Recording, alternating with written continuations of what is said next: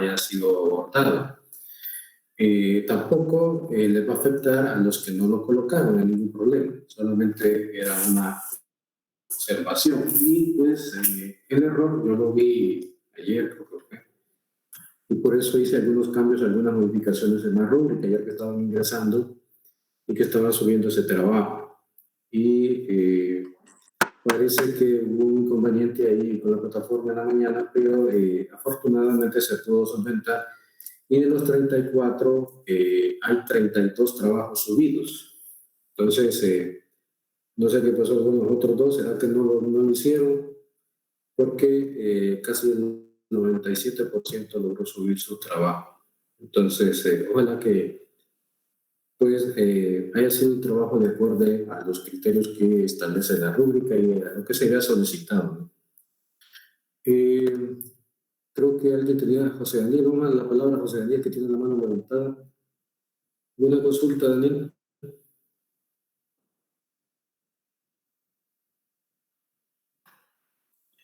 No, prosiga.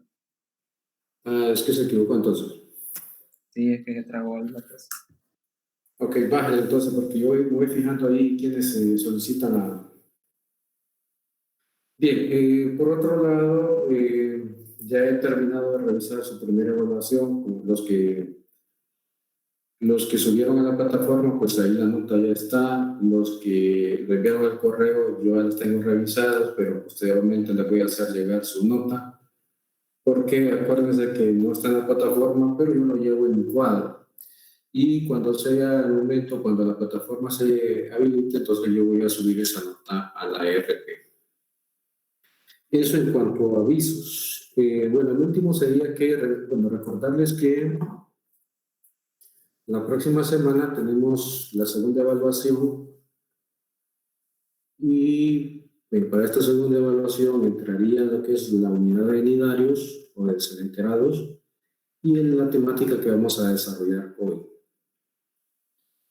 Esos serían los avisos, algunos recordatorios. No sé si aquí tiene alguna consulta, alguna aclaración antes de que comencemos con el contenido de hoy. En determinado momento yo voy a solicitar que enciendan sus cámaras para pasar lista. Tengo a 32 conectados, no sé los otros dos, entonces...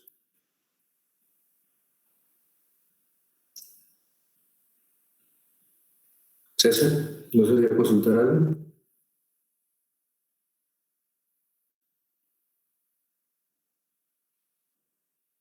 Bueno, una aclaración. Yo subí las dos presentaciones que les voy a exponer ahorita, tanto la de características como la de taxonomía, pero les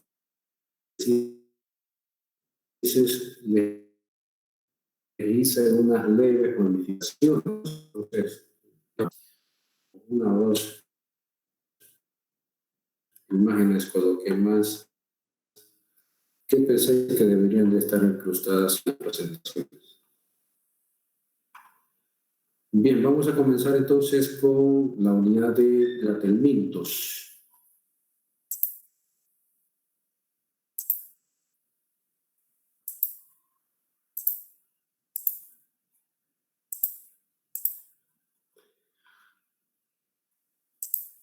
Ok, ¿están observando la presentación?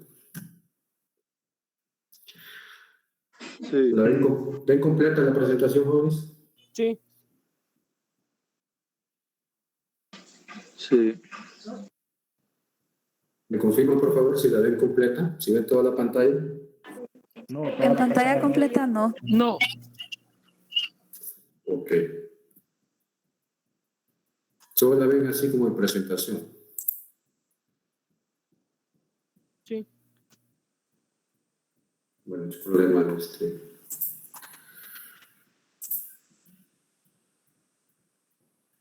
Bueno, vamos a ver así entonces. Bueno, vamos a entrarle a platelmintos, a este tipo de organismos tan particulares con forma de gusano. Bueno, antes de comenzar a hablar un poco de los platelmintos, déjenme contarles que este concepto vulgar de llamarle gusano a los organismos que uno conoce como con forma longitudinal. Taxonómicamente existen 3 grandes grupos. Son los platelmintos, los nemátodos y los anélidos. Son 3 filos con características morfológicas similares en cuanto a la longitud del organismo, pero con características evolutivas totalmente algunas distantes, ¿no? Y principalmente a nivel de estructuras orgánicas o sistémicas. Entonces, en el caso de los platelmintos, son conocidos básicamente como gusanos planos o gusanos chatos, por la particularidad de dorsalmente planos, o sea, como quien ve una lombriz y le tira un libro de esos tipo Villeo, les tira un libro tipo Hickman sobre ellos y quedan pues chatos. Entonces, a eso se refiere cuando hablamos de platelmintos. También ellos son muy famosos porque la mayoría de ellos son parásitos, usualmente endoparásitos, y que se valen. ¿Alguien opina?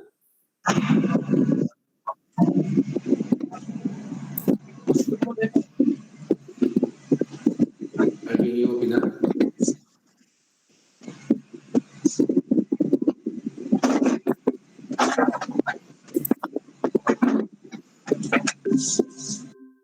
Bien, no sé quién estaba grabando, pero lo voy a detener porque por experiencia algunos graban, o sea, bueno, la grabación me llega a mí. Yo soy el que le puede dar la autorización, pero resulta que como tienen la cámara apagada y se van a ver tele y la grabación después la escuchan, entonces lo siento mucho, pero no lo puedo dejar que graben. Tiene que estar pendiente de todo lo que se vaya diciendo, ¿no? Ok. Entonces les decía que estos gusanos son básicamente endoparásitos con diferentes estadios y diferentes etapas, donde se valen de las condiciones favorables de ciertos huéspedes o ciertos organismos que les sirven como hospederos para completar su ciclo de vida. Lógicamente, algunos de ellos son considerados no solamente como parásitos, sino que como patógenos. Entonces, ahí donde llama la atención. En sí, ¿qué significa el término platelmintos o platelmintes? Es una etimología griega que platis significa plano y el mintos gusanos. Entonces, cuando hablamos de platelmintos, estamos hablando exclusivamente de organismos con forma de gusano, con forma verde, se le llama biológicamente hablando, y que pues la longitud puede variar, algunos son sumamente microscópicos, otros se pueden ver a simple vista, otros puntos intermedios, otros muy llamativos, como el que observan en el centro, y que estos gusanos presentan ciertas características muy particulares, como por ejemplo el celoma, perdón, la ausencia de celoma, el ser protostomados, el ser triblásticos, ya vamos a hablar de esto un poquito más adelante. Y taxonómicamente hablando, bueno, en realidad son más de 10.000 especies hoy en día. No tienen un verdadero aparato digestivo, o sea, no está completamente desarrollado. Y en cuanto a la respiración, no tienen un aparato respiratorio completamente eficiente. De hecho, respiran cutáneamente. Son hermafroditas, el término que ustedes ya manejan. Y en cuanto al desarrollo de los órganos, básicamente muchos de lo que conocemos como órganos en organismos complejos, en ellos está casi de forma ausente. Bien, para explicarles este concepto de acelomados, acuérdense que la palabra significa, no, perdón, el prefijo a significa sin. celomados. Para entender esto, voy a ver, permítanme, voy a habilitar una Jamboard para ver si les puedo hacer un diagrama ahí.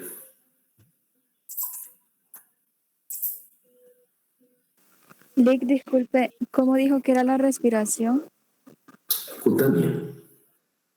Gracias. Ok. Repita, Lick, por favor. Cutánea.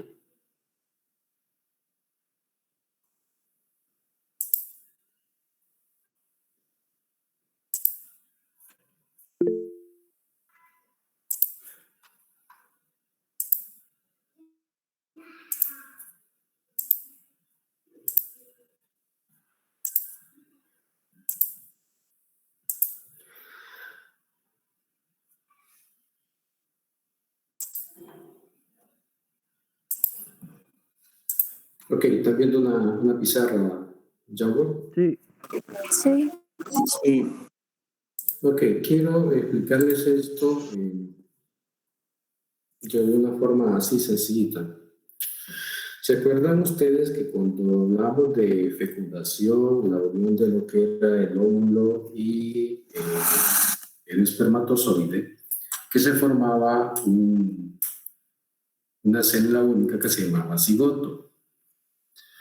Bueno, resulta que cuando ese cigoto se comienza a desarrollar, se van a formar, bueno, pasa a través de una multiplicación celular, lo que primero era una célula, después son 2 células, posteriormente son 4 y así sucesivamente hasta que llega a una estructura que se le llama módula. Esa estructura va a comenzar a formar 4 capas germinales. A ver si alguien se acuerda qué son esas 4 capas germinales. Por eso se dice que son triblásticos. La masa externa, que se le conoce como ectodermo,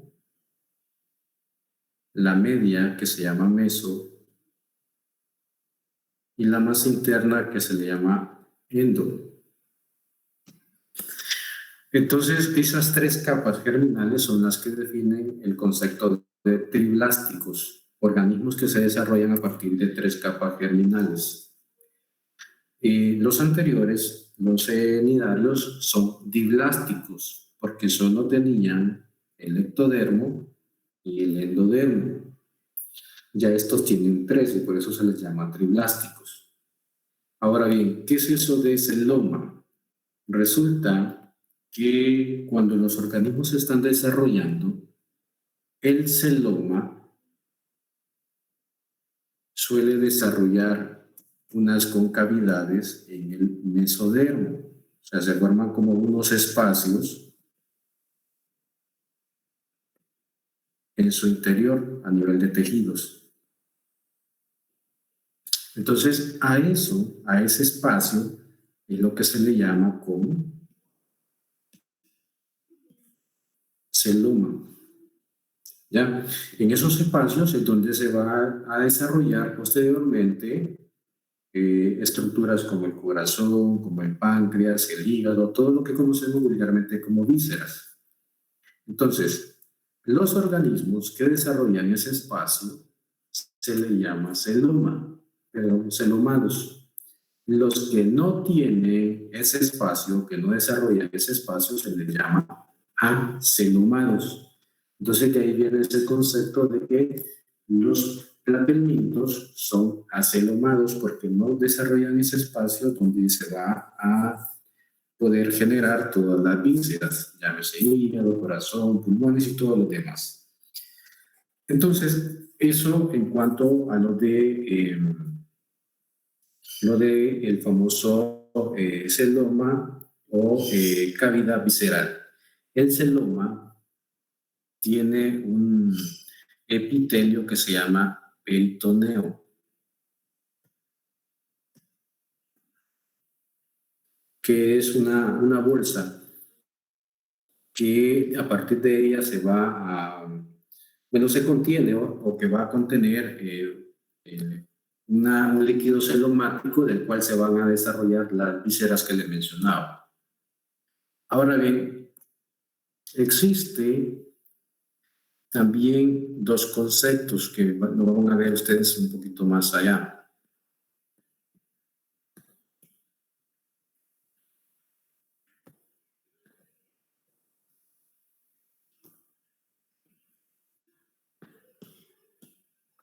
Que son los protos tomados y los deuteros tomados.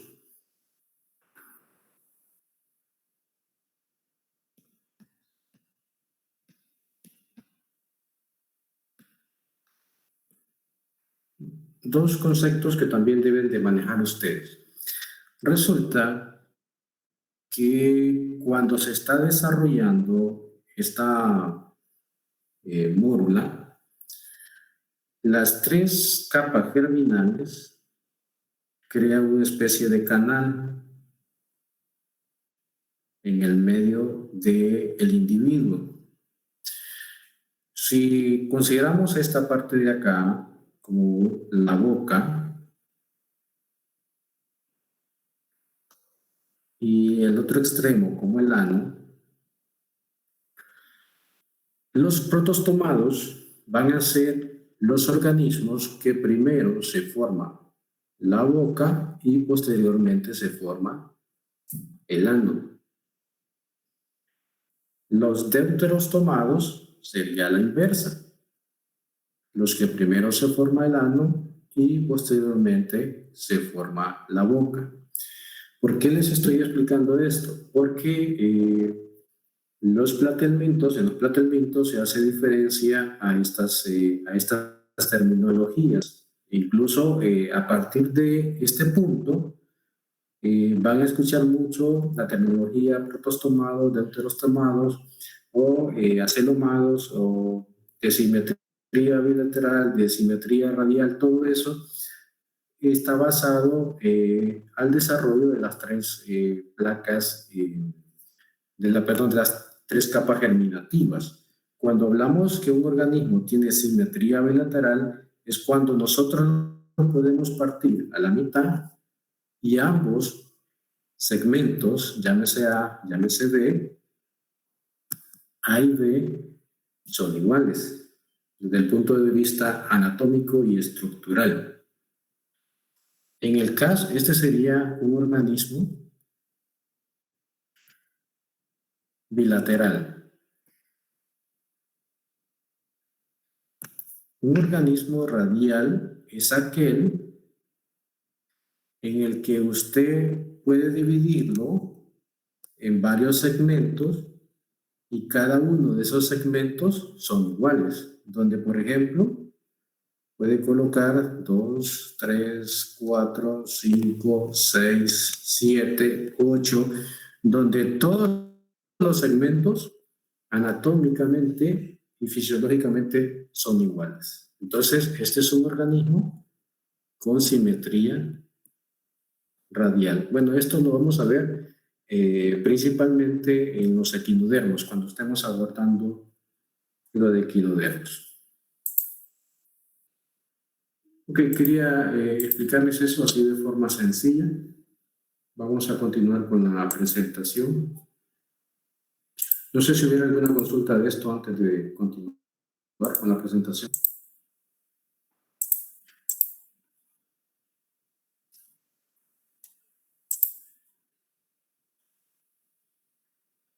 ¿No? ¿No hay consultas? No. Bien. Entonces, si vemos este diagrama, aquí en este dibujo tenemos una planaria, uno de los organismos típicos dentro de este filo llamado de los gusanos chatos o gusanos planos. Podríamos hablar de acelo humano, porque si consideramos que la banda azul es el ectodermo, la mancha rosada o fucsia, no sé qué color lo ven ustedes, es el mesodermo y el cilindro amarillo es el endodermo. Entonces, no, el mesodermo, que es el rojo, no tiene ninguna laguna, no tiene ningún espacio, entonces por eso se dice que es acelomado. Si tuviera esas lagunas o esos espacios, en la mancha rosada, entonces sí se diría que es un organismo celomar. Entonces yo incluí esta imagen a última hora, donde pueden ver un cladograma según este grado evolutivo de, por ejemplo, lo de si tienen simetría bilateral o, por ejemplo, recuerden el curso lo hemos comenzado con los poríferos, y los poríferos caen dentro de la categoría de metazoa. No sé si se recuerdan que era metazoa. Vamos a ver si alguien tiene ese recuerdo de qué significa metazoa. Son los animales. Bueno, sí, son animales, pero ¿por qué exactamente esa terminología? Porque son animales pluricelulares, pero no tienen sistemas tejidos bien estructurados. Excelente, exactamente, eso es. Son animales, son pluricelulares y sus células no llegan a constituir verdaderos tejidos. Ahora bien, dentro de un hematozoa ya están los organismos que sí ya tienen tejidos, pero en cada uno de ellos ya hay algunas derivaciones, como por ejemplo, el que no sea de simetría bilateral, y entonces ahí vamos a encontrar a los nidarios. Y ahí los que tienen simetría bilateral, donde se desglosan en deuterostemados y lo que les explicaba de protostomados.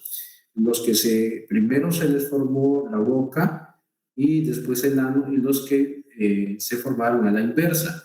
Y dentro de ese grupo, pues miren, aquí estamos los vertebrados, los considerados animales superiores, dentro de lo que se conoce como el subfilo Chordata o Chordatus. Y este es prácticamente parte del pensum de la clase. Todo esto nos hace falta ver. Estamos en Platelmintos, ¿sí? Pero posteriormente vamos a seguir con nemátodos, después anélidos, posteriormente moluscos, artrópodos, equinodermos, y posteriormente caemos acá a los chordados. Entonces, haciéndoles énfasis en esa constitución anatómica, porque venimos de los organismos o de los animales más sencillos y vamos a terminar el curso con los que se supone son los más evolucionados, son los más desarrollados tanto anatómicamente como fisiológicamente. Continuamos con las características de los platelmintos. Bueno, la terminología ya lo habíamos mencionado. ¿Qué características principales, como por ejemplo, de forma global? Usualmente son de vida libre, muy pocos son sésiles o son sedimentarios. Como les decía, son parásitos, principalmente endoparásitos. Algunos tienen estructuras para poderse adherir a sus huéspedes, como ganchos, ventosas, y puede tener básicamente respiración, como decía, cutánea, o sea, a través de la piel, o del tipo anaeróbica. Y bueno, esta clasificación más adelante la vamos a mencionar. De repente, estos son los organismos que más se conocen dentro del filo Platelmintos, que son las planarias, las duelas y las tenias. Otras características, como por ejemplo, usualmente ya comienzan a presentar una protuberancia o un mayor volumen en la región anterior, que los zoólogos no le confieren tanto al término de cerebro, pero sí le dan esta terminología de cefalización. ¿Qué significa este prefijo? Sencillamente un predesarrollo o una voluminosidad en la región anterior, como dando a entender que en la región anterior se encuentra la región de máxima coordinación nerviosa. Entonces, a eso se refiere con la cefalización. Más adelante vamos a poder ver, pero no voy a adelantar, que algunos de ellos se les suele observar, principalmente en las planarias, unas estructuras que parecen ojos. No son verdaderos ojos, pero se les llama ocelos, y que, como podrán ver, cuando estemos en artrópodos también se presentan. Son estructuras que son prácticamente del tipo fotorreceptoras, no llegan a la capacidad de generar imágenes, pero sí son fotosensibles, o sea, pueden percibir la luz y tienen esa capacidad de identificar o poder percibir cierta energía lumínica. Otras características, como las que les había mencionado, la simetría bilateral, donde ustedes lo pueden dividir y ambas estructuras serán iguales, son triblásticos, ya habíamos hablado de eso, acelomados. Dentro de lo que es la no presencia de un celoma, vamos a encontrar un parénquima, que es un tejido, pues ya lo conocen de botánica. Plano dorsalmente, estamos hablando de que la parte superior es la como achatada.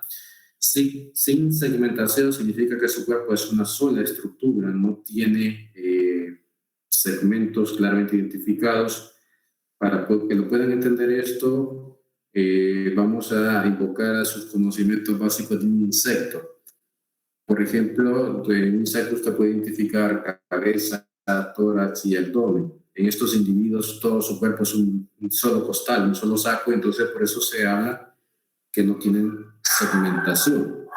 Ya tienden a presentar una epidermis que en algunos casos puede ser ciliada, igual una cutícula y, como les mencionaba, estructuras que les van a servir para poderse adherir a sus huéspedes o a sus hospedarios temporales. Bien, la digestión es que la digestión puede ser intra o extracelular. Intracelular, lógicamente, es cuando se da a nivel de citoplasma, y la extracelular cuando se da afuera en los sitios intersticiales, específicamente las células que constituyen el endodermo. Otras características pues ya comienzan a le confieren la capacidad para poderse desplazar, para poder moverse propiamente dicho. No tienen ningún tipo de sistema esquelético. De igual forma, no tienen un sistema circulatorio, es prácticamente una concavidad. Lo que es el endodermo forma una sola concavidad, donde ahí se encuentran prácticamente líquidos corporales y, pues, como le mencionaba, su respiración es cutánea, no tiene ese sistema específico para poder intercambiar a nivel celular. O sea, a través de estructuras de canales, de vasos, sencillamente se da entre células. El sistema excretor igual, en este caso vamos a encontrar en estos organismos unas células especializadas que conforman el flagos como concilios, y ellas son las encargadas de hacer exocitosis, cuando se va a expulsar hacia el medio externo. Lo de protonefilios es un término que se le designa a estructuras o a células que comienzan ya a conglomerarse y a especializarse en la eliminación de desechos metabólicos. Por eso el prefijo de previo, primitivo, anterior, nefridios a las células que constituyen los riñones. Entonces, ya comienzan a tener esa capacidad. El sistema nervioso prácticamente son ganglios que están ubicados en la región cefálica anterior y presentan nervios longitudinales que a veces pueden ser 2, 3 o hasta 4 en algunas variantes. Su reproducción puede ser tanto asexual como sexual, usualmente son monoicos, por eso mencionamos los hermafroditas. Ya vamos a hablar un poquito más adelante de la reproducción de ambos. Y al ser monoicos pueden tener fecundación cruzada e interna, aunque la autofecundación en pocas especies se da. El desarrollo directo de los procesos larvales vamos a explicar un poquito más adelante. Sus hábitats, pues al ser organismos de vida libre, ellos prefieren mucho los ambientes acuáticos, pueden predominar o adaptarse muy bien a ambientes de agua salada o de agua dulce, y de hecho ese es uno de los criterios para poderlos clasificar. Se han logrado encontrar incluso alimentos en aguas termales, lo que no es muy común, a excepción de las bacterias y de algunos nemátodos, que pueden soportar aguas casi al punto de ebullición. Bueno, otros son considerados como bentónicos, organismos que pueden prácticamente soportar profundidades considerables. Ya lo vamos a ver más adelante de quiénes estamos hablando. E incluso pueden crear alguna simbiosis con algunas algas. Les decía que no tienen exactamente un sistema digestivo bien desarrollado, entonces vamos a ver una estructura tipo bolsa similar a lo que pasaba con los cnidarios, con las medusas, como pasaba de repente con la combinación en los corales, donde el alimento suele salir por la misma, el alimento ingresa por la misma estructura por donde salen los desechos, o incluso algunos desechos son eliminados, como les mencionaba, a partir de los protonefrios, a través de las paredes del epitelio o de la dermis. No tienen apéndices. Los apéndices es una terminología que se utiliza para, por ejemplo, para extremidades, o sea, llámese patas, antenas, o sea, no tienen ningún tipo de estructura que le permita moverse como si fueran antenas o patas, más que la ondulación de su cuerpo, como ustedes la pueden apreciar acá, que ondulan su cuerpo para poder desplazarse cuando estos son adaptados a ambientes acuáticos. Al ser la vida libre, pues le ha potenciado para poder invadir a otros organismos y eso le ha conferido esa particularidad de ser un filum constituido básicamente por parásitos, pero no todos lo son. Lo que la imagen que están viendo a la izquierda, esa estructura como filamentosa, usando segmentado, es una tenia ya en un laboratorio, y el que ve en la derecha es un elasmobranquio, un gusano que se ha adaptado muy bien a los ambientes marinos, principalmente en arrecifes de coral, y que suelen ser muy llamativos por sus tonalidades, por sus coloraciones, que han adquirido producto de la ingesta de ciertas algas en las superficies de los corales o en sustrato de los arrecifes de coral. En cuanto a la reproducción, hablamos que son hermafroditas y que se pueden reproducir tanto de forma sexual como asexual. Anatómicamente, aquí tenemos un diagrama de lo que es una planaria, y ustedes van a poder observar la ubicación de las gónadas, principalmente lo que son ovarios ubicados en la región anterior. Vean que prácticamente los ovarios los desarrollan en lo que vendría siendo como el cuello. Si fuera una estructura, si esta fuera la cabeza, las gónadas femeninas se desarrollan prácticamente posterior a la región cefálica, donde están los ganglios nerviosos, y en el caso de las gónadas masculinas, hablando de lo que son los testículos, están desarrollados en una densa red que se va a desarrollar en toda la longitud lateral de la planaria. Los vasos deferentes por donde se inoculan o se depositan los espermatozoides, y algunas glándulas vitelógenas, que es donde se almacenan los óvulos y posteriormente pasan a una concavidad donde se produce la fecundación. En estos organismos se comienza a utilizar el prefijo de cloaca, que es una especie de concavidad donde se lleva a cabo la fecundación. Desde el punto de vista de la reproducción sexual, pues no lleva mayor desarrollo, mayor proceso que el intercambio de gametos. Esto se puede dar por fecundación interna, o sea, al ser hermafroditas, la combinación de gametos, los organismos pueden actuar como hembras o como machos, y el intercambio garantiza la generación de nuevos individuos. La fecundación cruzada es muy típica cuando ambos organismos disponen de ambos gametos. ¿Cómo así? Usualmente se puede dar una fecundación unidireccional cuando, por ejemplo, el individuo A actúa como hembra y el B como macho, y entonces solo se intercambian un tipo de gametos. Mientras que la fecundación cruzada se da cuando tanto el A como el B tienen disponibilidad de gameto masculino como gameto femenino y sencillamente se intercambian al mismo tiempo, y eso es lo que se le conoce como fecundación cruzada. Pues lógicamente tiene que haber un contacto físico para poder intercambiar los gametos, pero es básicamente una superposición, un roce entre ambos individuos para poder intercambiar dichos gametos. No existen órganos copuladores más que una secreción de un fluido que permite que los gametos se intercambien de un aparato hacia el otro.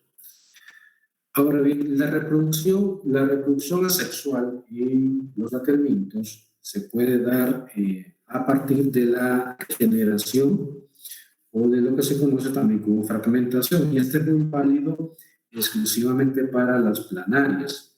Dentro de las planarias existe lo que hablábamos y que consultaba el compañero César la clase pasada de la regeneración corporal, donde las planarias pueden ser segmentadas y cada segmento puede dar origen a un nuevo individuo. Ahora bien, se han hecho estudios primero para comprobar cuántos organismos pueden surgir de una planaria. Y resulta que los experimentos hechos actualmente hablan de segmentar una planaria únicamente en 3 partes, que esas 3 partes van a dar origen a un nuevo individuo adulto, y que ese individuo se va a regenerar de forma completa en el lapso de 2 semanas.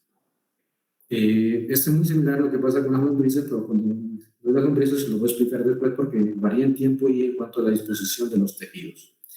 Las planarias se ha logrado descubrir que el segmento que tiene la región cefálica o la cefalización se regenera de forma más rápida. No se sabe con certeza si tiene que ver con los ganglios nerviosos, si ellos son los que determinan que las células totipotenciales que quedan en ese segmento estimulen la mitosis de una forma mucho más acelerada, y por eso el organismo se regenera mucho más rápido. Ahora bien, en laboratorio se ha logrado demostrar que las planarias que se regeneran no quedan del mismo tamaño que tenía el adulto que ha sido segmentado. Entonces, eso sí hay que tenerlo claro. Los nuevos individuos no van a tener el mismo tamaño y de repente, pues lógicamente ni el mismo peso ni la misma tonalidad, porque las planarias tienen una tonalidad en su dermis, en sus capas epiteliales, y cuando se regeneran se desarrollan de otra tonalidad.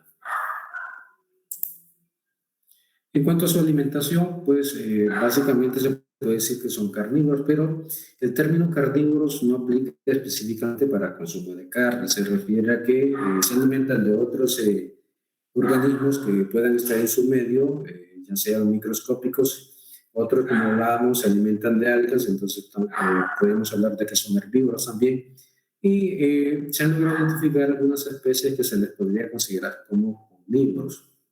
Pero usualmente la mayoría de las especies caen dentro de esas categorías como carnívoros o como herbívoros. Algunos pueden ser comensales. La imagen que está en la parte inferior, esa estructura, ¿ven el cursor? ¿Me confirman si ven el cursor? Sí. Sí. Sí, eso se mira. Ok, esa imagen, ese organismo que está ahí no es un platelminto. Lo coloqué porque quería comentarles que algunos platelmintos viven como comensales en la cloaca de este individuo, prácticamente en la región anal de este organismo que se conoce como pepino de mar, que pertenece al filo de los equinodermos. Es un gusano mucho más desarrollado, de mayores dimensiones, con anatomía y fisiología más evolucionada que los platelmintos, pero que le sirve como un comensal, como un huésped, algunos platelmintos que se alimentan de algunos desechos que se ubican en la región anal o terminal del intestino de este organismo, y ahí pasa ahí prácticamente alimentándose de los desechos que éste pueda usar. Y en cuanto a la respiración, les decía que es cutánea porque el intercambio de gases se hace a partir de ciertas células que pueden interactuar con los vasos, los pocos vasos que suelen encontrarse en el endodermo, y que estos hacen una ondulación, como están viendo en el diagrama, como una especie de cubo, donde la sangre rica en dióxido de carbono, el dióxido de carbono pasa hacia el exterior a partir de lo que se vendría siendo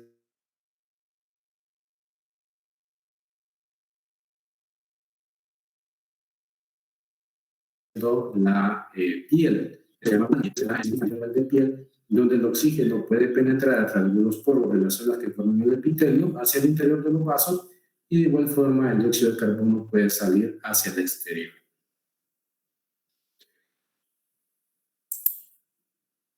Bien, ¿qué incidencia tiene los platelmintos? Bueno, resulta que al ser animales, nosotros también, aunque no nos guste desde el punto de vista terminológico, somos y servimos como huéspedes a los platelmintos, principalmente de los 4 grupos, con excepción de los monogenios, servimos como huésped de turbelarios, de tremátodos y de céstodos, y principalmente de los céstodos como la tenia, como la lombriz, la solitaria. Dentro de este concepto, en la siguiente presentación les voy a hacer énfasis en el sentido de que nosotros le llamamos lombriz a muchos gusanos, pero taxonómicamente ese concepto es muy amplio. De repente lo identificamos más como solitaria nosotros. Cuando de repente ustedes han escuchado decir, ese niño está lleno de solitarias, está lleno de culichas, o sea, son parásitos, pero dentro de ese concepto parásito pueden haber muchas especies o muchos géneros. Los platelmintos, como decía en un principio, son endoparásitos, pues lógicamente los vamos a ver, los vamos a encontrar en el intestino, como lo que están observando ustedes ahí, que se alimentan pues lógicamente de lo que pueden encontrar en el tracto digestivo, ya sea materia orgánica o incluso algunos pueden ser hematófagos, succionan sangre como la solitaria o incluso la tenia. En toda su longitud, el tracto digestivo es un ambiente idóneo para los platelmintos, y no solamente del humano, sino también de otros animales como felinos, caninos, bovinos, equinos. Ahí tenemos una tenia, una micrografía de microscopio. Tenemos una tenia, un gusano, que se ve casi cilíndrico, pero es chato. En uno de los planos se ve que es chato, que es aplanado, y que es una de las especies más típicas en el tracto digestivo del humano.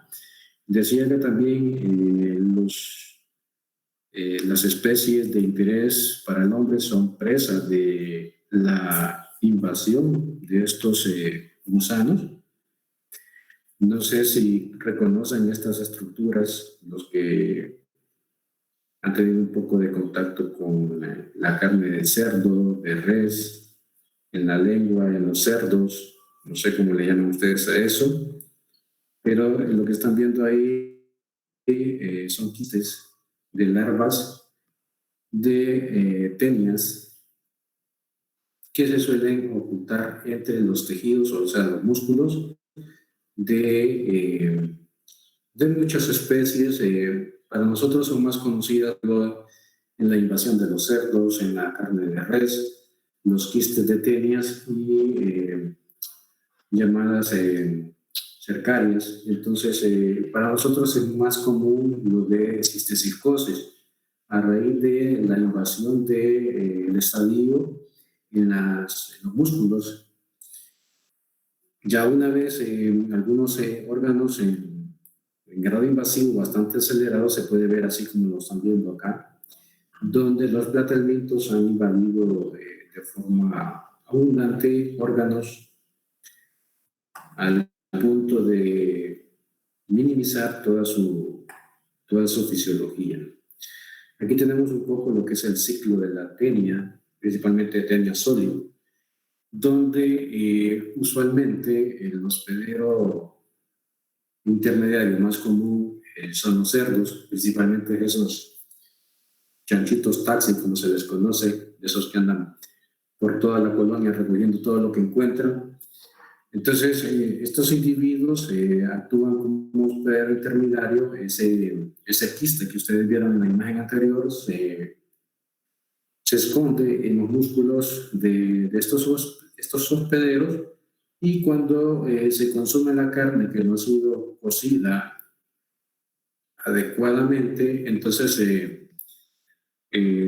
aquí está la terminología, el cisticerco, que es el término con que se le conoce al quiste o a la envoltura donde se encuentra la larva, y que cuando el humano consume la carne mal cocida, pues adquiere esta larva, ya en el interior del hombre se desenquista y la larva invade partes vitales del humano a través del intestino. Esa larva tiene la capacidad de penetrar y de perforar el intestino, salir de ahí y migrar hacia cualquier órgano, cualquier estructura, y pues producir una infección considerable. De igual forma, en el interior del humano se puede reproducir y generar muchos huevos a través de lo que son las heces humanas, ¿no? Las cuales el cerdo, pues ustedes saben que las puede consumir. Y de esa forma se cierra el ciclo. En la vaca es similar. Igual, por el consumo de carne contaminada. En este caso, vamos a encontrar que algunas de las etapas larvarias de lo que son las tenias se logran fijar a algunos pastos, incluso en el agua, donde la vaca consume agua, algunos reservorios. Entonces, de esa forma ingresa al ganado, se enquista en la musculatura de la vaca, y el hombre cuando la consume se contamina y el ciclo pues, se completa igual como sucede con el cerdo. Parece que alguien tiene consultas. Carlos, Astrid.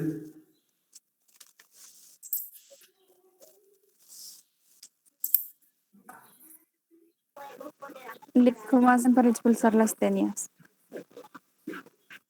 ¿Cómo así, Rosa? ¿Las sacan todas o Mire, con desparasitante? usualmente ahí depende del estadio en que el organismo esté, porque si ya es un adulto, prácticamente es como una quimioterapia, o sea, es un tratamiento de algunos compuestos fuertes donde se mata al organismo, pero tratar de expulsar las vivas es un poco complicado, entonces lo que se hace es matar. A través de las heces salen enquistadas mediante la aplicación de medicamentos. Lo que pasa es que algunas tenias no son ubicadas o no son detectadas hasta que estas ya tienen un grado avanzado de patologías que se presentan en el humano o en otros organismos. O sea, hasta que ya están en un grado de infección graves que se logran detectar. A veces es muy complicado poderlas detectar en sus estados iniciales o cuando la infección está comenzando. Dígame, José. ¿Y qué síntomas podría tener como nosotros humanos al tener una tenia en nuestro sistema? Hay múltiples sintomatologías, que eso es lo que hace bastante complicado poderlas detectar a tiempo, pero una de ellas es, por ejemplo, las faltas de concentración, anemias, porque la tenia suele ser hematófaga. Entonces, por eso incluso la tenia también se le conoce como solitaria. Entonces, resulta que este tipo de organismos se suelen alojar ya sea en el tracto digestivo o en el hígado, entonces puede producir algunas deficiencias en el hígado, a nivel del corazón. Algunos adultos logran migrar hacia el cerebro y entonces cuando logran reproducirse y colocar muchas larvas, entonces eso tiene algunas anomalías en la transmisión y la coordinación de estímulos nerviosos. Las personas pueden convulsionar, pueden presentar dolores de cabeza. Hay una enorme cantidad de características que de repente son un médico interno o un neurólogo se las podría determinar. Pero a grosso modo, una de las características más puntuales es algunas descoordinaciones motoras y las convulsiones. Dígame, Daniel. Sí, mi pregunta es, ¿quiere decir que los cisticercos a altas temperaturas evita lo que es la reproducción en humanos? Sí, se supone que es que el cisticerco es una de las estadios del ciclo de los organismos y prácticamente es como una envoltura, como un virus, o sea, el quiste, el cisticerco es una envoltura que recala. Entonces, cuando se somete a temperaturas muy altas, arriba de los 100 grados Celsius, entonces eso se rompe y se destruye, o sea, lógicamente el organismo muere. Pero cuando usted, por ejemplo, come carnes asadas, así como que a término medio, o carnes mal cocidas, como que no tuvieron el tiempo necesario para poder recibir una cocción adecuada, entonces la larva no muere y usted adquiere ese parásito. Miguel. Quería agregar más un comentario nada más con respecto al caso del cerdo con el ser humano. No sé si usted ha recordado que antes o en las aldeas donde hay saneamiento ni nada del alcantarillado, se pasaba esas situaciones que atrás de la casa, como unos 5 cerdos en aquel lodazal, y ya la gente ya al final se los comían los cerdos. No, como si nada. Claro, lastimosamente, los cerdos que no se tienen en chiquero, que no están encerrados, andan recogiendo todo lo que se les encuentre, luego se les atraviesa por delante. Y es como que el cerdo, la gente está gordito, pero ¿gordito de qué? De pura basura, de puros contaminantes, de puras heces que andan recogiendo en la calle. Usted sabe lo que es un cerdo, ¿no? Entonces, imagínense la calidad de la carne que puede tener un cerdo que está suelto y que anda prácticamente como camión de basura. Y eso es muy típico en nuestras localidades, ¿no? Entonces, la carne de cerdo es una de las carnes de mayor cuidado, no solamente por esto de que hemos hablado de los platemitos, sino también por la cantidad de colesterol, la cantidad de triglicéridos que contiene, una serie de factores. Entonces, dígame, Miguel. Sí, dígame. Sí, tomando en cuenta con respecto a la historia que hicimos un ensayo de la zoología, ahí habla que era prohibido el consumo de cerdo, o sea, por razones como esta. Sí.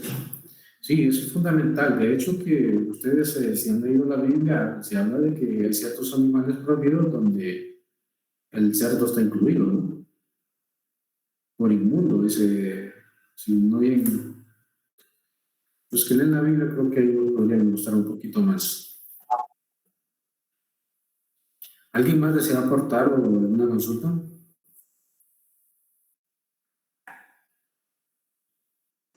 Y cuando la carne es congelada, este parásito no muere. No, congelado es como que esté dormido. ¿Y así cuánto tiempo puede durar en la carne? Aproximadamente. Congelado. Sí, no, congelado. No le importa, no le pasa nada, lo puede tener años y no le pasa nada. Es capaz la carne bueno, la carne pierde sus propiedades, pero el cisticerco ahí queda.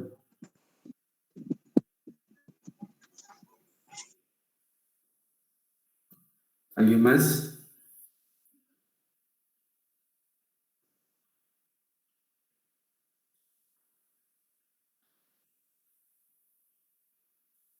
Ok, encienda su cámara, por favor.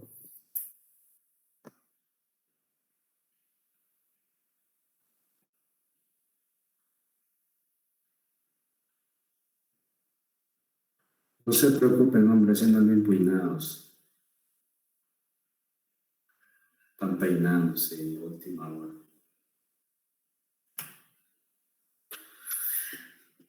Ok, vamos a pasar lista. A ver. Rosa. Presente. Ok. Daniel. Presente. Presente, Lick. Muy bien. Stephanie. Presente, Lick. ¿Ya mejor, Stephanie? Sí, ya mejor, gracias a Dios. Qué bueno.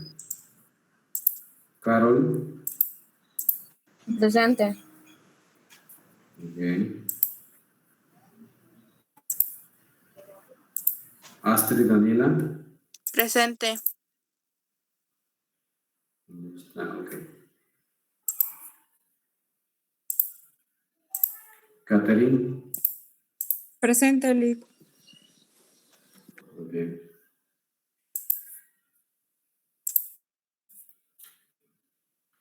Cristian. Presente, Lick.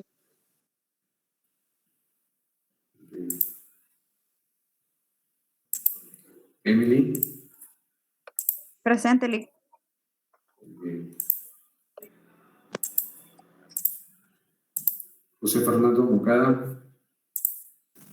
Presente, Lick. Ok.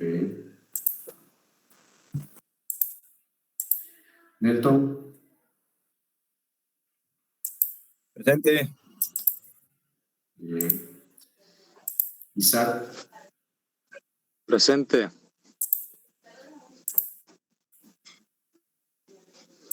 César. Presente, Lick. Ok. Perla. Presente. Muy bien. William. Presente. Bien. Juan José.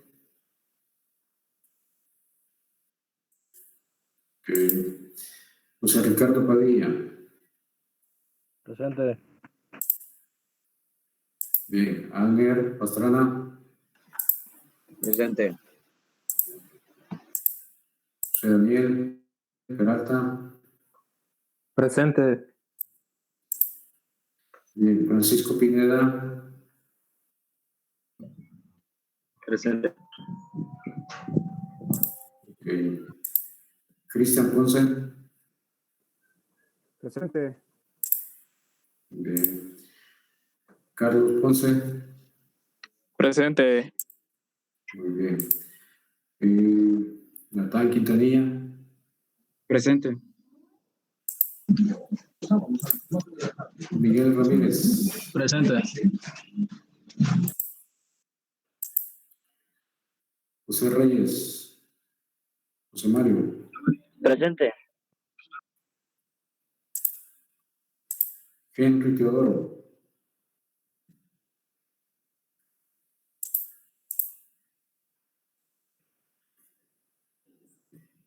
Henry. ¿Dónde está?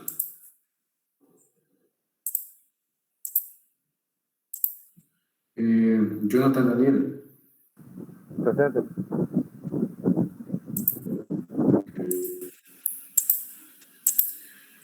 Carlos Gallardo. Presente, Lick. Bien. Oscar Andrés. Presente. Muy bien. Andy. Presente. Muy bien. Fausto. Presente. Daniela López. Presente. Ok. Esther Martínez. Presente. Muy bien. Javier Horacio. Presente. Anthony Miralda. Presente. Muy bien. Solo Henry No está presente. Ok, son las 1:33, démonos a la 1:45 regresamos para terminar con taxonomía. Está bien. Está bueno.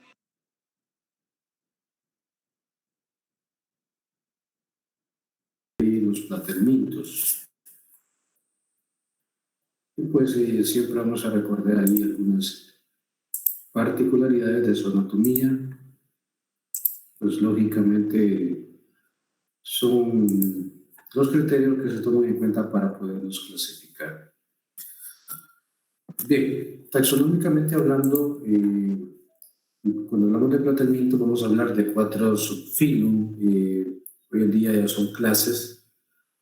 Entonces, estas 4 clases son los turbellarios, donde vamos a encontrar las planarias, de las que hemos venido hablando un poquito más. Los monogenios que fueron incorporados o creada la clase hace unos 6 años, anteriormente estaban dentro del grupo de los céstodos, pero se encontraron suficientes evidencias para crear la nueva clase. Estos son básicamente parásitos de peces y anfibios, lo vamos a ver un poquito más adelante. La tercera clase se les llama tremátodos y es donde aquí vamos a encontrar las duelas, principalmente las duelas hepáticas, llamadas así porque suelen infectar o puede parasitar el hígado. La clase céstodos, donde vamos a encontrar organismos básicamente de parásitos, como la tenia y la famosa solitaria. Les decía anteriormente que tanto la tenia como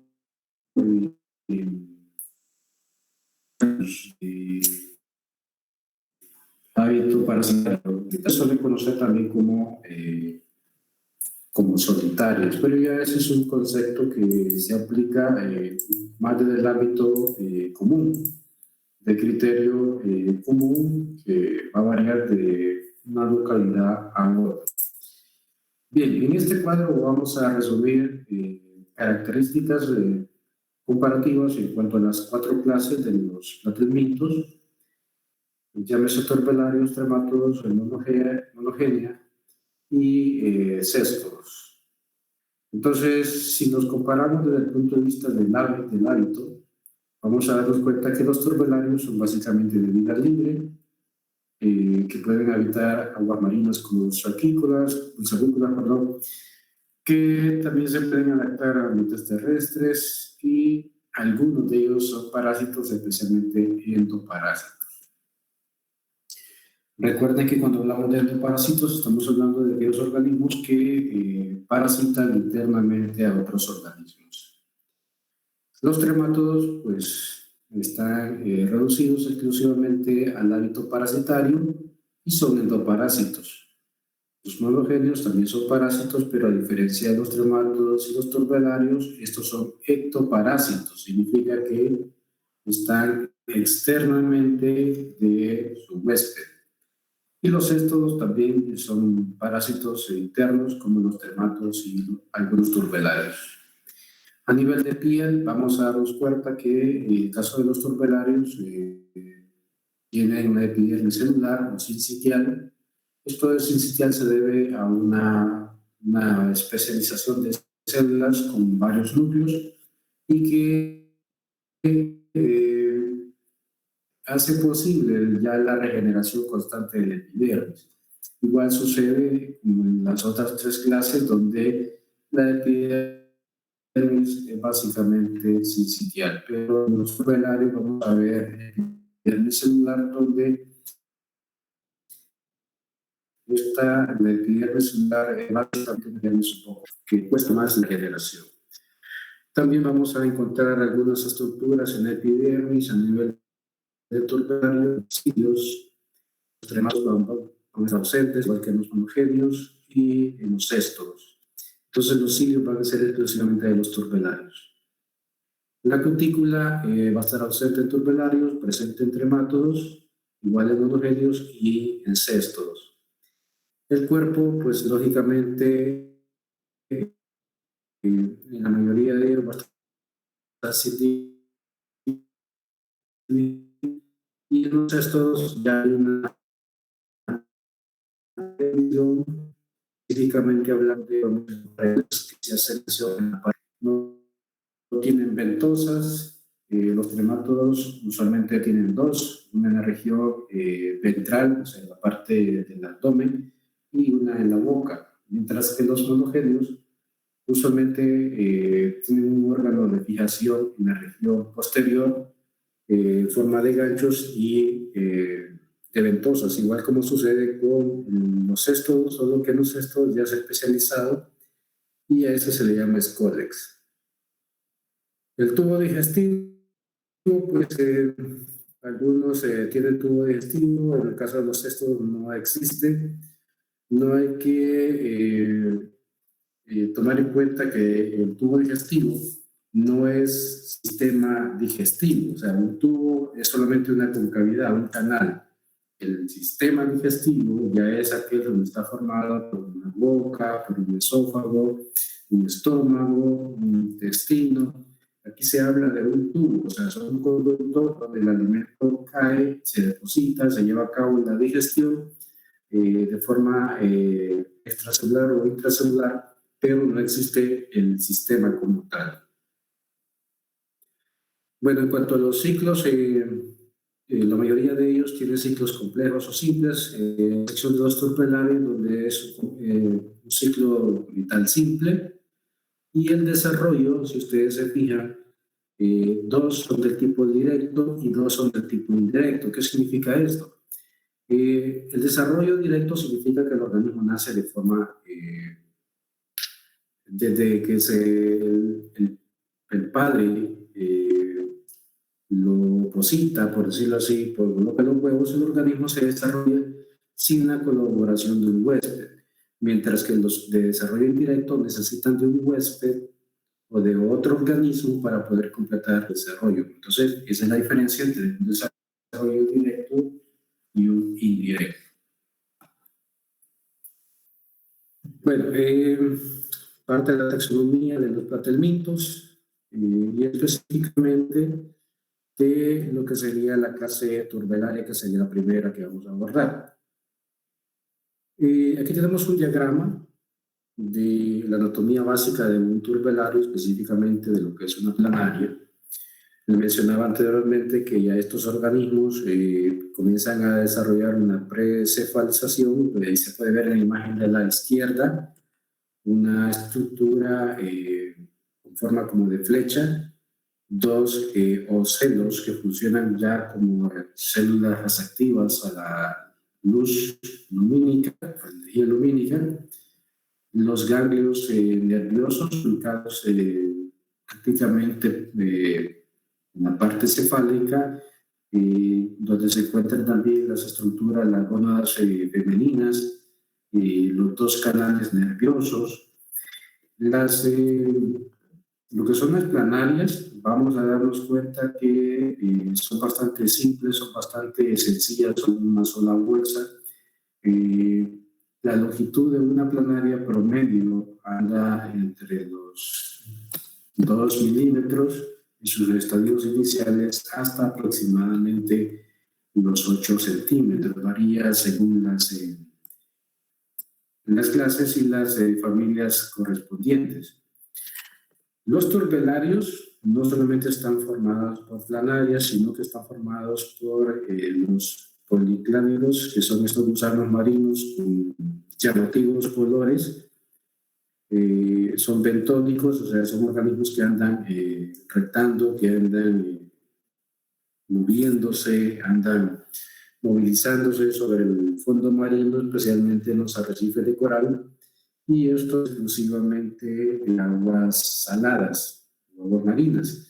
En cambio, los triclánidos son las planarios, como las pueden ver ahí en las imágenes, gusanos netamente planos, cuyo borde crea como una especie de membrana, como la apariencia de una membrana, como de un velo, y esa es una característica de los triclánidos.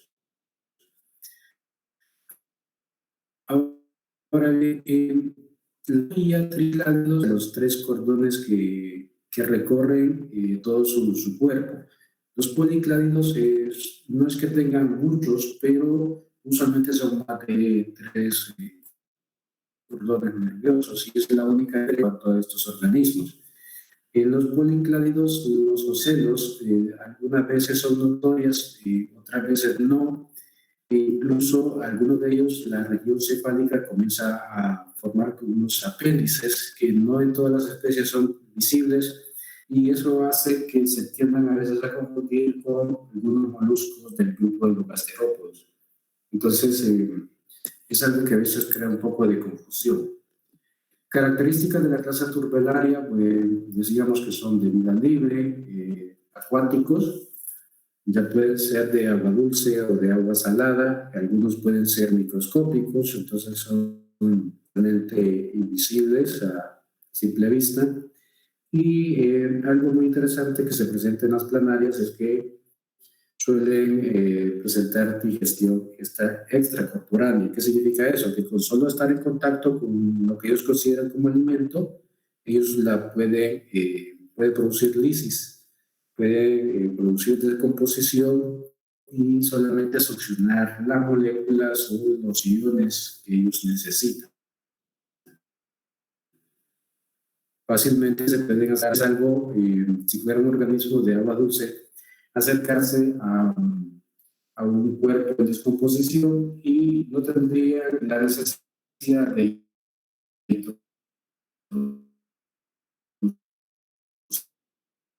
su cuerpo, sencillamente lo que necesitan. Ejemplo de planarias, es una de las planarias que se suele encontrar en aguas contaminadas, dicho así, y venta exclusivamente de materia en descomposición, materia vegetal en descomposición, es atrófita. En cambio, este es un género muy particular, se le conoce como la planaria del pantano, porque es muy predilecta para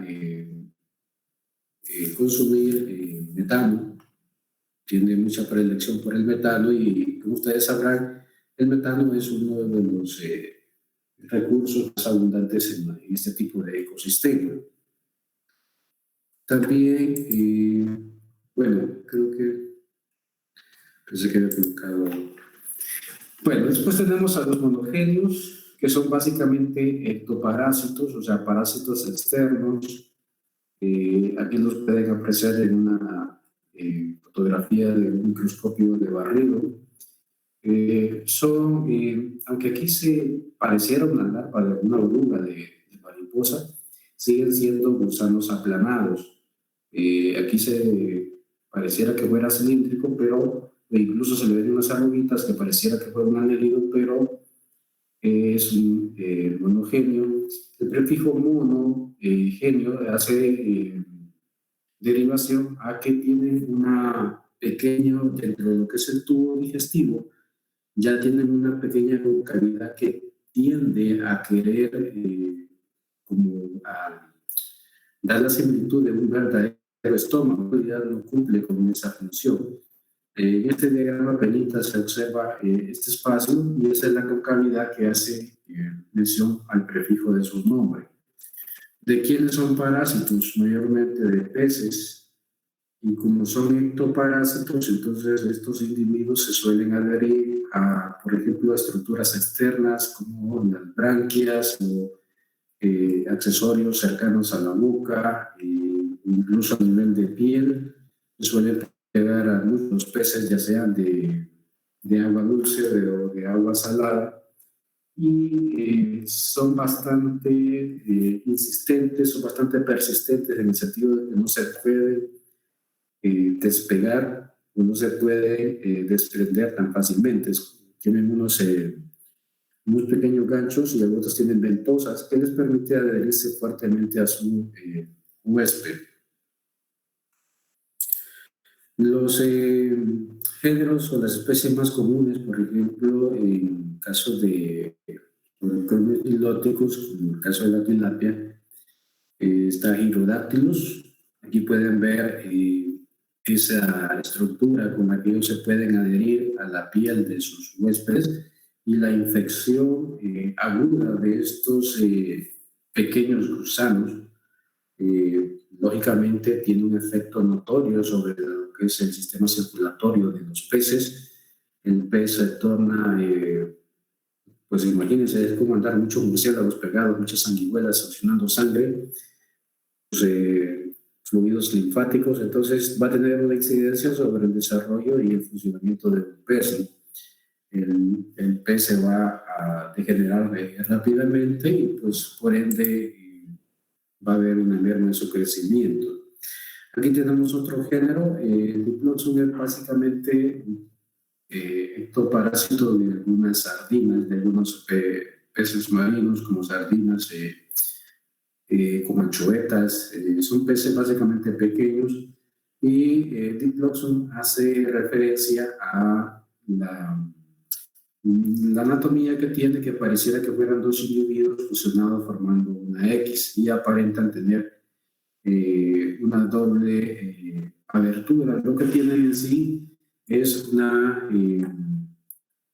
doble región cefálica, pero en realidad su boca está ubicada, o lo que vendría siendo su región bucal está centrada en este espacio.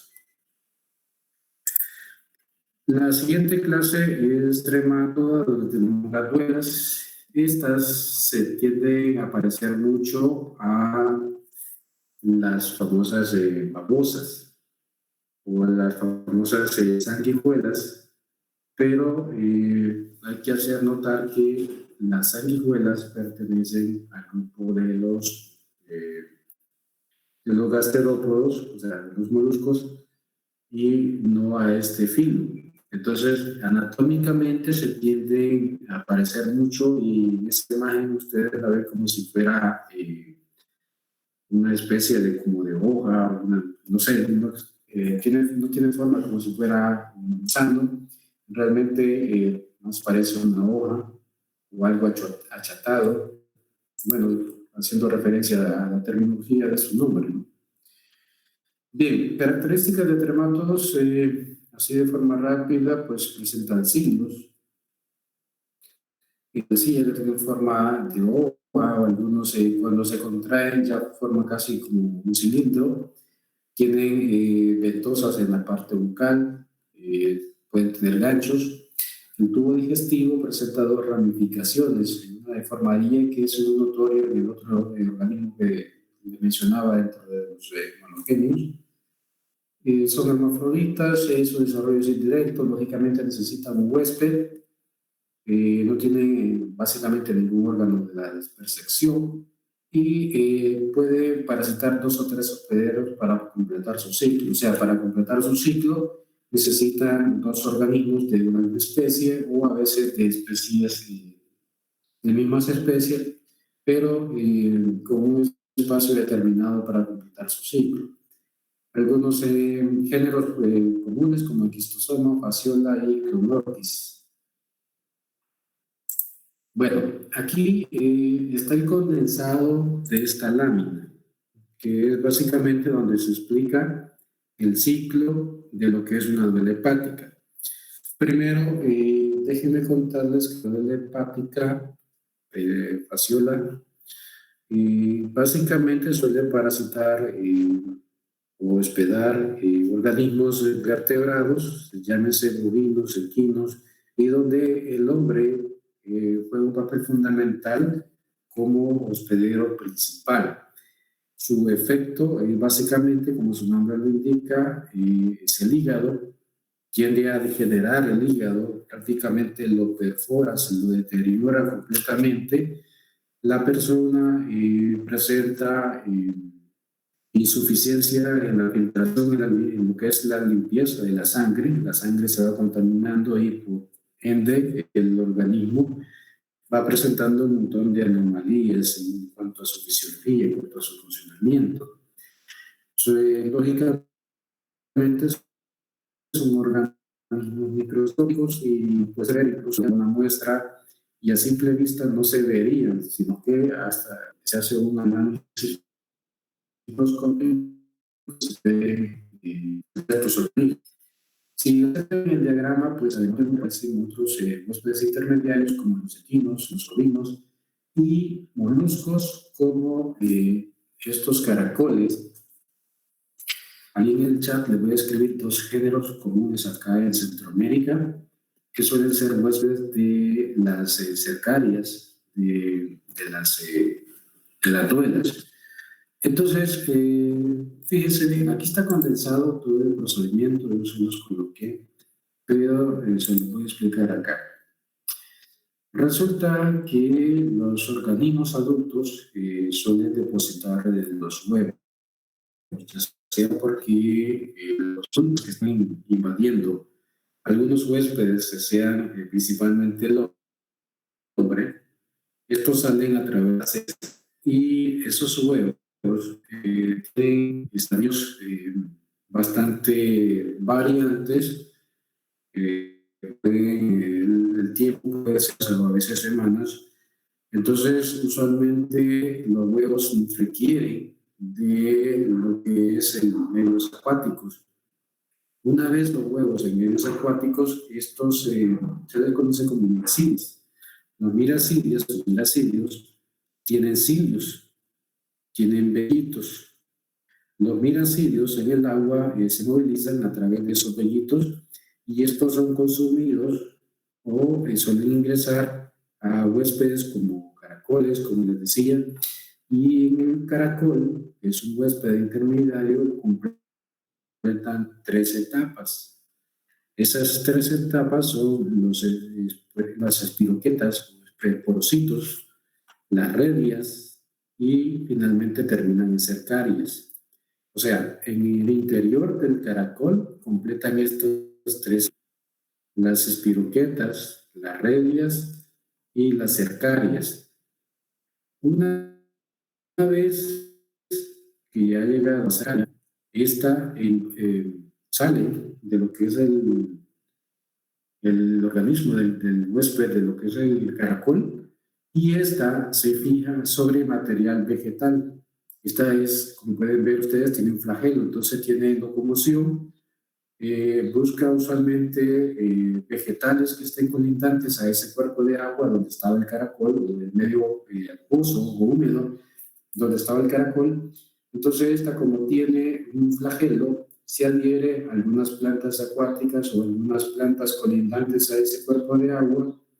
Esta es consumida por algunos herbívoros, como los que están viendo ustedes ahí, y el hombre, cuando consume de la carne de estos organismos, pues de esa forma se infecta y puede adquirir a estos individuos en la forma de cercaria.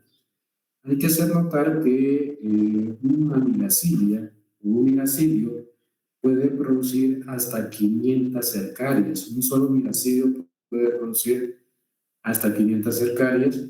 Imagínense la potencialidad que tiene si, por ejemplo,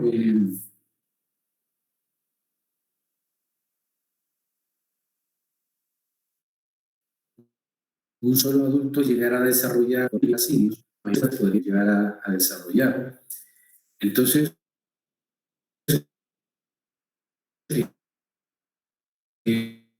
en todo este ciclo, los caracoles y ecosistemas. Bueno, de agua, llámese laguna, el ciclo se completa y el agua juega un papel fundamental para que esto pueda completar su ciclo vital. Ya pues las cercarias se transforman en metacercarias y posteriormente se desarrollan los adultos como todas las llamadas así, porque especialmente de lo que son las duelas hepáticas está, por ejemplo, Paragonius. Bueno, antes de eso, yo aquí les había colocado 3 géneros. Aquí está Equistosoma, está Fasciola y está Clonorchis, que son de las 3 usualmente que suelen parasitar al humano. Pero además aquí les he colocado a Paragonius, les he colocado a, bueno, la especie Manzoni, que es la especie más común que suele parasitar al hombre. Este es como quien dice la oficial,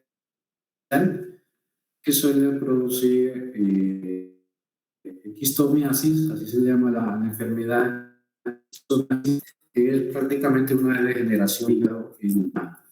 Este es muy típico en países en vías de donde todos los factores se combinan, aguas contaminadas, caracoles, la especie particular de caracol, los herbívoros que usualmente son aguados o que son prácticamente encerrados en espacios de agua donde el agua no corre. Esto es muy típico además de Latinoamérica, pues en África o en Asia, están diferentes.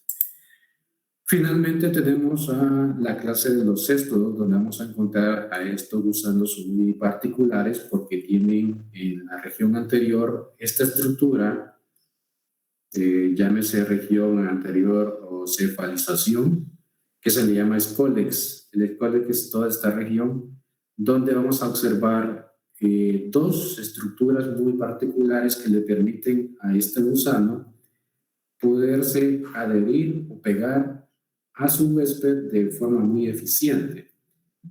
Tiene estos ganchos, ¿sí? Estos garfios que le permiten poderse, valga la redundancia, enganchar o fusionar al tejido del endotelio, del intestino o del estómago.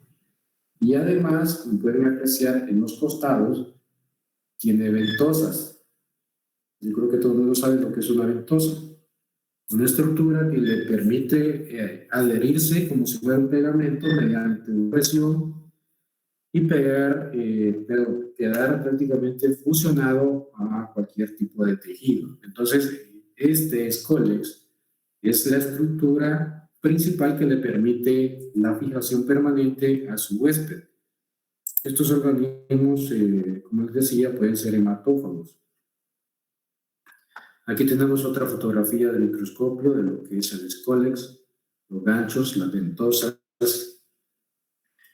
Características de céstoda, pues no tienen cilios. Tiene, bueno, el tegumento ya es un epitelio mucho más desarrollado. Son bastante alargados. Básicamente parásitos de vertebrados. Además, pues su escólex, que les mencionaba, tiene ganchos, ventosas. Y en estos organismos vamos a ver que el cuerpo está dividido en segmentos y cada uno de esos segmentos se les llama proglótides. O sea, si vemos la imagen, aquí se ve como divisiones. Entonces, cada uno de estos cuadritos o cada uno de estos segmentos se les llama proglótides. Y esa es una de las formas en las que ellos se suelen reproducir. Esos segmentos se van desprendiendo y van generando nuevos individuos. Su sistema digestivo, pues, aún no tiene ningún desarrollo. Tienen 3 pares de cordones nerviosos longitudinales, son moicos, por lo tanto, puede haber intercambio de gametos. Las larvas incluso ya tienen ganchos, o sea, además de tener una envoltura, tienen ganchos para poderse adherir. Y pues lógicamente su desarrollo es indirecto porque están huéspedes para poder complementar, usualmente 2.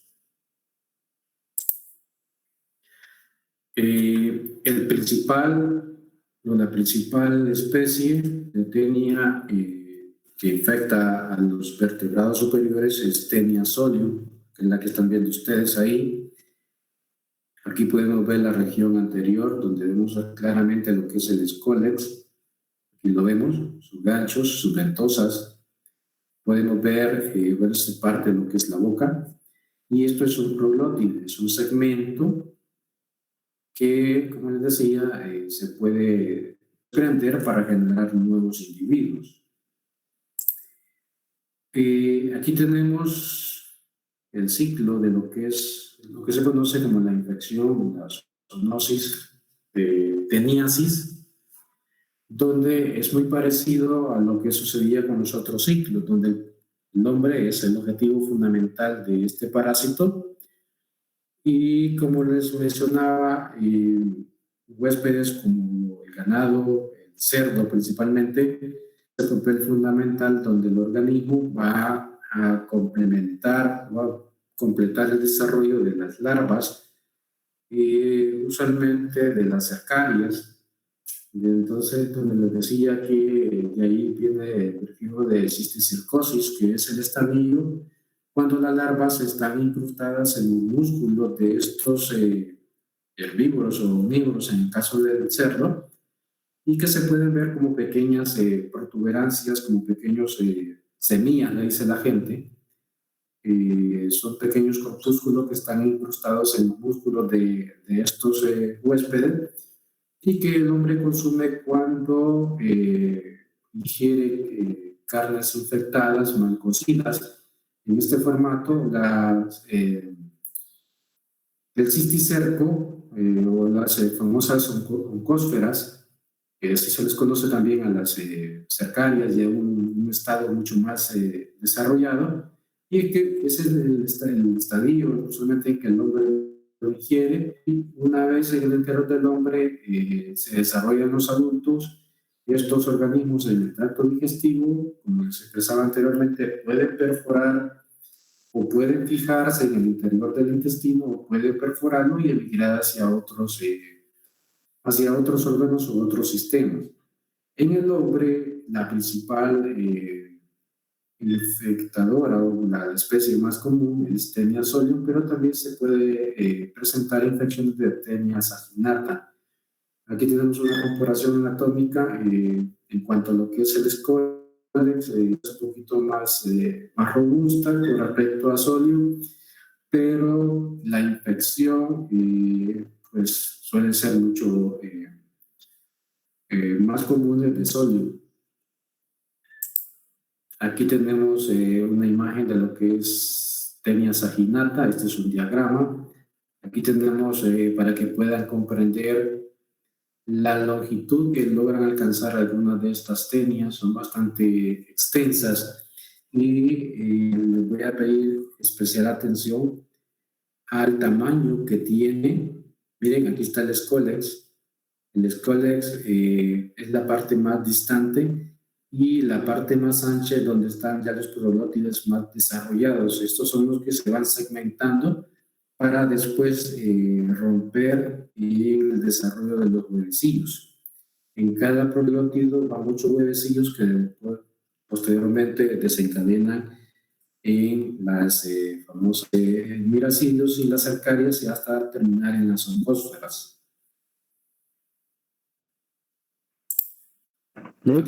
Aquí tenemos otro ejemplo de tenia, solo que esta ya es un poquito menos de menos desarrollo longitudinal. Aquí tenemos el Scolex y pues su cuerpo, ya los proglótides son mucho más grandes, pero tienen menos segmentos. Prácticamente para reproducirse necesita ir segmentando los pocos proglótides que tiene. Aquí se pueden ver los huevecillos que van a ser liberados una vez que el proglótido sea segmentado, sea seleccionado.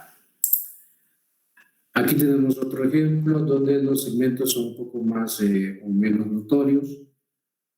Delphinium latum es prácticamente una tenia de conejos. Es muy típica en conejos cuyos. Mientras que en el caso de los perros y los gatos tenemos a Lipidium caninum, que es una tenia que se parece mucho a Taenia solium y a Taenia saginata. Bien, no sé si hubiera alguna pregunta. Ese es a grosso modo la taxonomía de los platillos.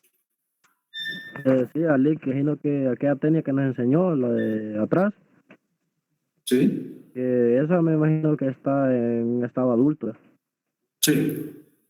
Algunas de esas tenias fácilmente pueden sobrepasar el metro de longitud. Imagínese tener ese organismo con más de 1 metro de longitud en su intestino. De ahí viene aquella frase de tenés una solitaria en el estómago que parece anaconda, que te está comiendo porque vos no engordás, está alimentando a ver cuántas solitarias en el estómago. No sé si han escuchado esa frase.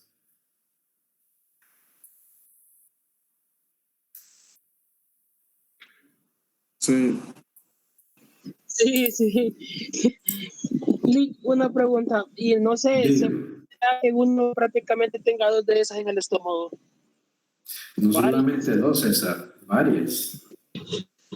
Hay como El problema es que así de el problema es que si su organismo los puede mantener, o sea, presentar una deficiencia, una degeneración, un decaimiento, usted va a decir, solo paso con sueño, solo paso con hambre, tengo anemia, a raíz de que tiene todo un escuadrón que está alimentando, ¿no?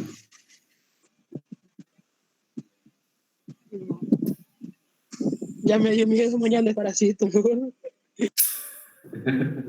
Pero eso solo sí desparasitando que sale o han habido operaciones, incluso de que no han podido matar una tenia de esas, por ejemplo.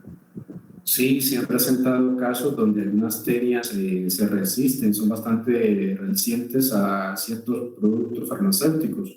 Eso supone que deberían de matarlos. Entonces se interviene con otros productos o incluso, como dice usted, con ciertas endoscopías o incluso estas cirugías cuando invaden órganos fundamentales, porque algunos platemitos llegan al punto de incluso penetrar a órganos fundamentales como los ojos, oídos, estructuras un poco más delicadas. Entonces, a veces se requiere de cirugías puntuales.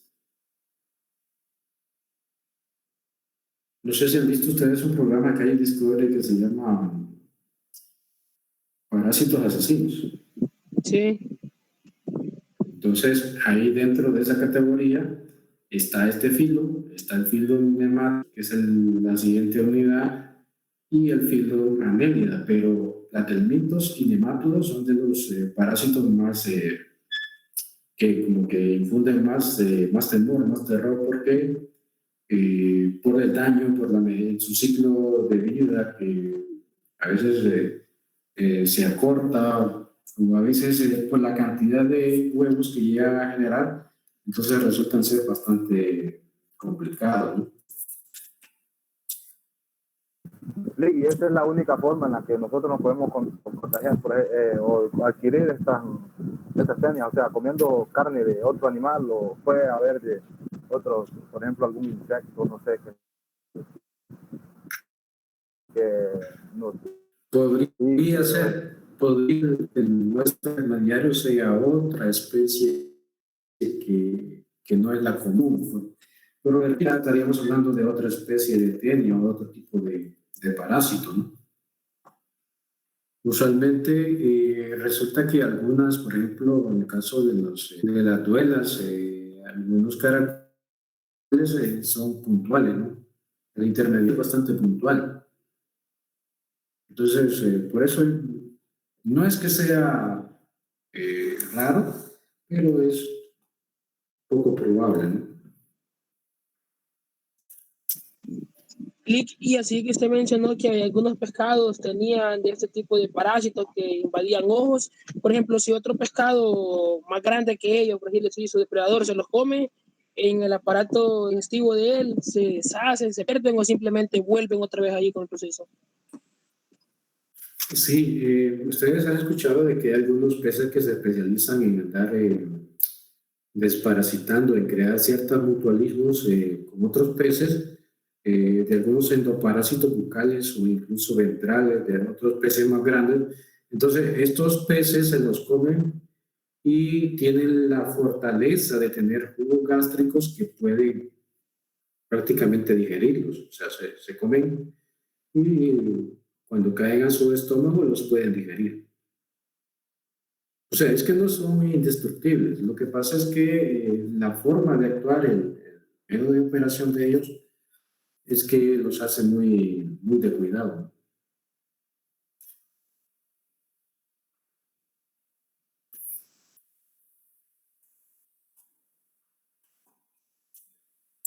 ¿Alguna otra duda?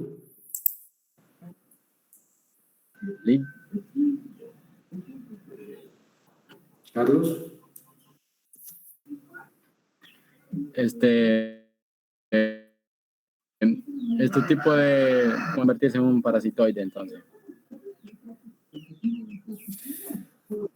Podría ser, pero solo de forma temporal.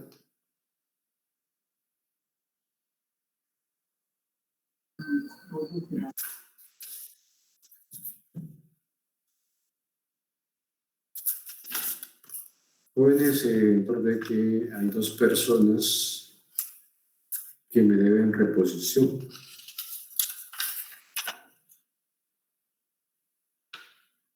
Y hoy se cumple el tiempo para reponer.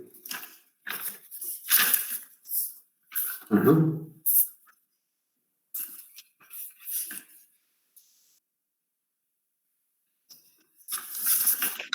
Nos salimos entonces, Lick, para que hagan reposición ellos. No, es que estoy esperando que brinquen, pues si no brincan, los pongo seguro.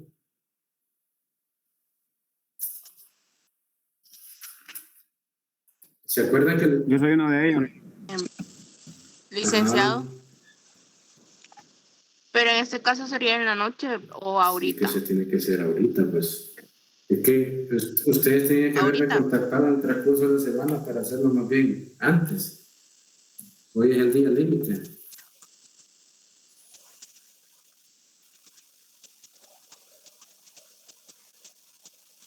Ni estudiaron.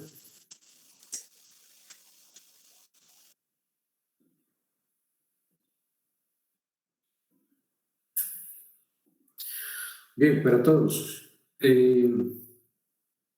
Entonces, el próximo viernes tenemos la segunda evaluación. La metodología va a cambiar, entonces yo les voy a girar instrucciones a través del grupo, estén pendientes. Y solo entrarían binarios y esto de hoy para hacer la segunda evaluación y cómo van con el laboratorio. Han avanzado con Darinel. Todo bien. Sí. Bien. ¿Qué práctica llevan ahorita en el laboratorio? De esta acabamos de hacer la de los platermitos. Anélidos.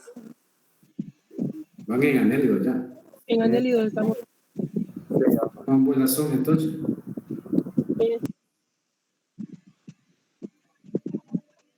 Bueno, entonces espero 10 de 10 en esa prueba del viernes. Depende. Así. Ya van.